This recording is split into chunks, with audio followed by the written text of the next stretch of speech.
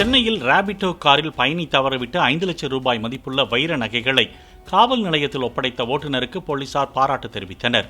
பெரும்பாக்கத்தை சேர்ந்த சுஜிதா என்பவர் டிநகர் சென்ற போது நகைகளை காரில் தவறவிட்ட நிலையில் கார் ஓட்டுநரை செல்போனில் தொடர்பு கொள்ள முயன்று முடியாமல் போனதால் சந்தேகமடைந்து அவர் மீது மாம்பலம் காவல் நிலையத்தில் புகார் அளித்தார்.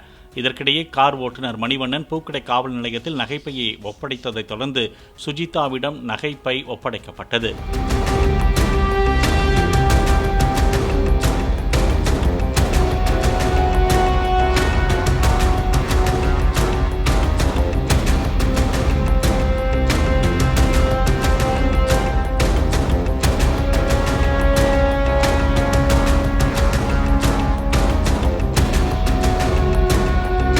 பிளே ஸ்டோர் மற்றும் ஆப் ஸ்டோரில் இருந்து பாலிமர் செயலியை QR கோடு மூலம் பதிவிறக்கம் செய்யுங்கள். செய்திகளை உடனுக்குடன் பெறுங்கள்.